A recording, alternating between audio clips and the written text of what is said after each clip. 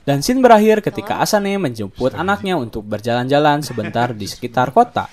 Lalu ia memberikan anaknya hadiah sebuah buku. Dan buku tersebut merupakan buku Arsène Lupin bekas miliknya. Halo sobat, pintu teater 1 telah dibuka. Apa kabar nih kalian? Kali ini kita akan kembali membahas alur cerita series yang berjudul Lupin. Series ini menceritakan kisah pencuri ulung bernama Asane Diop yang terinspirasi dari cerita Arsène Lupin. Ia ingin membalaskan dendamnya terhadap mantan bos dari ayahnya yang telah membuat dirinya kehilangan ayahnya karena dituduh mencuri kalung berlian yang pernah dipakai oleh Ratu Mary Artoinette. Ayahnya harus mendekam di penjara hingga bunuh diri. Asane yakin bahwa ayahnya tidak bersalah atas tuduhan tersebut dan berusaha membuktikannya 25 tahun kemudian. Oke, mau tahu keseruannya seperti apa? Tanpa menunggu banyak lama, mari kita mulai intronya.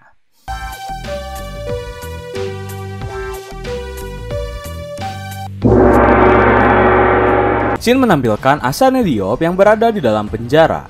Patut dipertanyakan mengapa ia berada di dalam penjara. Apakah ia sudah tertangkap oleh pihak kepolisian atau ini adalah bagian dari rencananya? Oke, mari kita bahas. Scene menampilkan 2 hari sebelum Asane Diop berada di dalam penjara, di mana ia tengah berada di toko temannya untuk membahas kalung yang telah ia curi. Dan temannya berkata jika kalung 100% masih asli dan belum pernah dibongkar. Asane tak percaya dan menyuruh temannya untuk memeriksa kalung itu lagi. Temannya berkata jika ia sudah semalaman memeriksa kalung itu. Dan Asane bisa menyimpulkan jika cerita batu pertama yang tersebar itu bohong. Dan kalungnya selama ini berada di brankas Pellegrini. Ia lalu meminta temannya untuk membongkar kalung tersebut. Dan tiba-tiba anaknya Raul datang. Lalu dengan cepat Asane menyembunyikan kalung itu. Lalu scene berganti pada tahun 1995, di mana setelah kematian ayahnya, Asane hidup sendirian. Ketika ia sedang memakan makanannya, tiba-tiba polisi mengetuk pintu rumahnya dan ketika ia membuka pintu tersebut, polisi itu menerobos masuk ke rumahnya. Polisi itu lalu bertanya, "Kau tinggal sendiri?" Asane menjawab jika ia tinggal bersama ibunya dan ibunya akan segera datang. Lalu polisi pun berkata, "Mari kita tunggu kedatangannya." Tak menunggu banyak lama, sang polisi langsung menyuruh Asane untuk mengemasi barang-barangnya dan mengajaknya ke dinas sosial. Asane pun langsung bergegas ke kamarnya. Ia membawa barang-barang serta tak lupa membawa buku peninggalan ayahnya. Tetapi ketika sang polisi lengah, ia mencoba untuk kabur melewati jendela. Tetapi sayangnya hal itu diketahui oleh sang polisi. Ketika ia menyadari bahwa Asane tak ada di kamarnya, ia lalu berlari sementara Asane kabur dan keluar dari kamar orang lain. Dan ketika ia keluar, ia pun tertangkap lalu dibawa ke dinas sosial. Scene lalu menampilkan Juliet yang baru saja menemui ibunya. Ia lalu kembali keluar dan sang resepsionis memberikan Juliet sebuah surat. Surat tersebut berasal dari orang yang tidak diketahui yang mengajaknya untuk bertemu di taman jam 2 siang dan tanpa polisi. Lalu scene berpindah pada Asane yang berada di sebuah taman yang sedang memesan makanan. Terlihat ia memakai pakaian pengantar makanan Deli Eat. Setelah memesan makanan, ia pun pergi menggunakan sepeda dan menemui Juliet. Benar dugaan kalian? Asane lah yang mengirim surat padanya untuk bertemu. Tetapi Juliet tak tahu jika orang itu adalah Asane. Asane menemui Juliet dengan pakaian full menutupi mukanya. Sementara itu, di sisi lain terlihat ada seorang yang memantau pergerakannya. Tanpa banyak basa-basi, Juliet bertanya, "Kau mau berapa?" Asane menjawab jika ia tak membutuhkan uang. Ia lalu membuka penutup mukanya dan berkata, "Aku butuh jawaban," sembari menutup salah satu aksesoris yang Juliet kenakan. Yang ternyata itu adalah sebuah kamera. Dan benar saja polisi kebingungan ketika mereka tak bisa melihat muka dari Asane. Lalu kapten dari polisi memberi informasi pada semua unit jika pencuri Louvre berada di sana dan ia menginstruksikan untuk jangan menyergap sampai dia bergerak. Asane hanya ingin membahas tentang mengapa ia berbohong tentang kalung tersebut.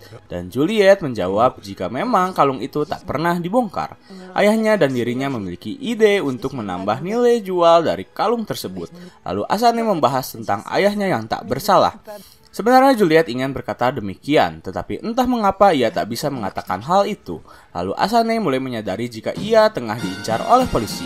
Ia dengan cepat pergi dari tempat tersebut menggunakan sepedanya dan mengelabui beberapa petugas polisi.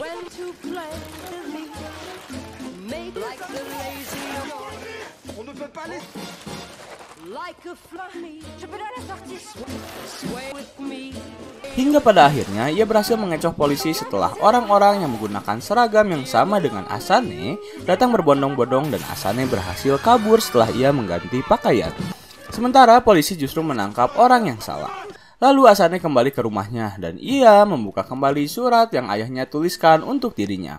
Ia lalu menyadari sepatah kata yang ayahnya tuliskan, yaitu kebenaran akan selalu ada di perpustakaan. Dan ia mengingat perkataan ayahnya tentang betapa pentingnya sebuah ejaan. Lalu ia pun mulai meneliti arti di balik surat yang ayahnya tulis. Hingga akhirnya ia mendapatkan sebuah nama, NTN Commit, yang merupakan teman satu sel sewaktu ayahnya di penjara. Dan ia memutuskan untuk menemui Commit di penjara demi membuktikan kebenaran ayahnya. Ia mengetahui jika Commit tak bisa dikunjungi karena sakit. Oleh karena itu dia menjenguk orang lain yang tak ia kenal tetapi ia berpura-pura sebagai sepupunya. Hingga akhirnya Asane menjenguk seorang bernama Jibril. Ia lalu memberikan Jibril penawaran untuk bebas. Sementara Asane lah yang akan menggantikan dirinya di penjara. Awalnya Jibril hanya menertawakan penawaran dari Asane karena baginya mustahil untuk para penjaga tak mengenali dirinya. Tetapi Asane menjelaskan jika penjaga baru saja berganti shift dan mereka tak akan menyadari pergantian antara Jibril dengan Asane.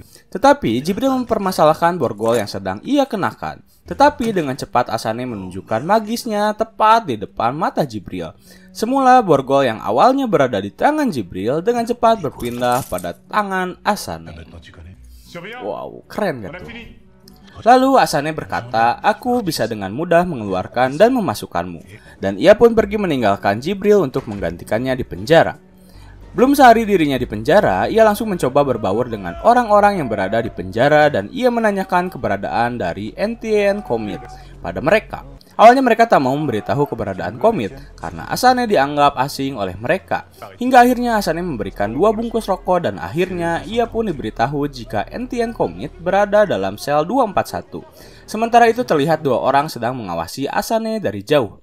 Lalu Asane bergegas pergi ke sel 241 dengan berpura-pura memberi selimut. Tetapi yang keluar justru teman sekamarnya dan ia berkata jika Commit berada di klinik dan tak akan pernah kembali. Tetapi tiba-tiba orang yang memantau dirinya di lapangan datang dan langsung mencekik Asane. Orang tersebut lalu bertanya, siapakah kau? Dan Asane menjawab, Jibril Traor. Lalu orang tersebut berkata jika dirinya atas nama Jibril berutang narkoba sebanyak 1.000 euro. Lalu ia pun dilepas setelah orang itu berkata jika waktu pembayarannya adalah 3 hari. Asane pun lalu pergi ke klinik dengan berpura-pura jika dirinya sedang sakit dan butuh untuk dirawat. Terlihat ia juga menengok ke dalam kamar dan di sana ia melihat seorang laki-laki terbaring. Tetapi dokter klinik mengatakan jika usaha yang Asane lakukan kurang efektif dan ia dipersilahkan untuk kembali ke sel. Scene berganti di mana salah satu polisi telah menemukan sebuah petunjuk di mana dirinya menunjukkan temuan pada rekan sesama polisi tentang keterkaitan pencuri Louvre dengan kisah Arsène Lupin. Tetapi bukannya mengapresiasi, wanita itu justru mengejek rekannya dan berkata, laporkanlah jika kau ingin terlihat bodoh. Kembali ke penjara, di mana Asane mendekati orang yang menagih hutang padanya. Ia lalu menanyakan bagaimana cara ia mendapatkan narkoba. Orang itu lalu berkata, jika ia menelannya lalu ia mengeluarkannya dari bokong. Asane menjawab, maka disitulah kau akan menaruh uangmu. Asane seakan mencari mati padanya, karena teman dari orang tersebut langsung menusuk perut Asane menggunakan sikat gigi yang sudah diasah. Ternyata itu adalah trik dari Asane agar dirinya bisa dirawat di klinik. Udah kayak Scofield belum tuh? Dan akhirnya sang dokter pun membiarkan dirinya untuk menginap di klinik selama 1 malam karena ia baru saja menyelesaikan luka jahitan. Ketika malam tiba, Asane langsung bergegas menghampiri Commit yang sedang tertidur. Ia menjelaskan jika dirinya adalah anak dari Babakar Diop yang tak lain adalah rekan satu selnya dulu. Dalam setengah sadar, Commit berkata jika ia tak mengenal ayah dari Asane. Commit berkata jika Babakar sendirian di dalam sel, ia hanya bertemu dengannya 1 kali karena ia membawakannya buku. Dan tak lama Babakar mengembalikan bukunya, dan Babakar menitipkan pesan padanya jika suatu saat seseorang datang dan bertanya tentang dia. Dia ingin Commit memberikannya pada orang itu. Babakar berkata jika semua jawaban ada di dalamnya. Lalu Asane menanyakan apakah Commit masih menyimpan bukunya, dan Commit menyuruh Asane untuk mencari di barang miliknya. Scene berpindah pada tahun 1995, di mana ketika Asane sedang sendiri, ia dihampiri oleh pengawasnya dan berkata jika ia akan mendapatkan pendidikan setelah seseorang donatur rela membiayai pendidikannya. Lalu pengawas itu memberikan sebuah surat dari ayahnya yang polisi temukan di sel miliknya, dan Asane membaca surat itu tanpa memahami isi dari surat tersebut. Malahan ia membuangnya dan kembali membaca Alkitab. Scene kembali ke masa kini, di mana keesokan harinya Asane telah sembuh dan ia lalu kembali memberikan selimut pada sel nomor 241. Tetapi sekarang ia memasuki sel tersebut dan mencoba mencari buku di barang-barang milik Komit. Setelah sekian lama akhirnya ia mendapatkan buku tersebut. Lalu ia mulai membaca buku tersebut di mana buku itu ternyata sudah memiliki kode rahasia yang ayahnya tandai, dan Asane mencoba untuk menerjemahkan kode rahasia itu. Ia lalu menyusun kata-kata yang telah ayahnya hitamkan. Dan ketika ia sudah berhasil mengumpulkan semua kata tersebut, kata-kata itu menyusun sebuah kalimat yang berbunyi, "Aku tak bersalah, aku dijebak oleh Anne Pellegrini." Scene berganti di mana Asane berada di lapang menyadari jika ia tengah diawasi oleh orang yang menusuk dirinya. Ia lalu mengalihkan perhatian dengan mencoba untuk bermain basket dan memasukkan bola itu ke gawang.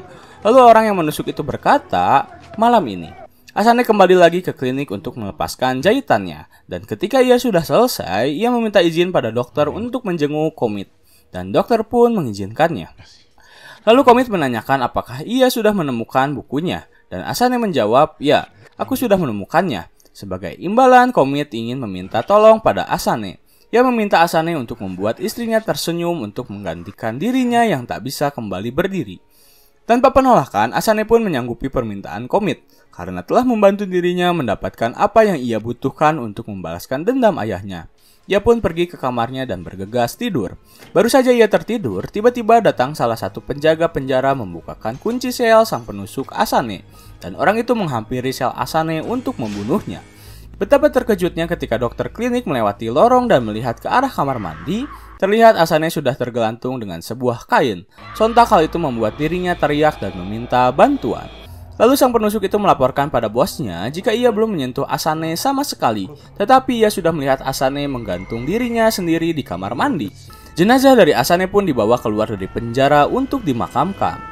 Lagi dan lagi, ternyata semua cerita tersebut telah ia rencanakan, di mana ketika ia bermain basket ternyata ia mengambil jaring gawang tersebut dan ia pun meminum beberapa obat dan menggantung dirinya sendiri, seakan-akan terlihat mati. Tetapi ketika mobil jenazah yang membawa Asane terjebak lampu merah, tiba-tiba Asane bangkit kembali dan dinyatakan masih hidup.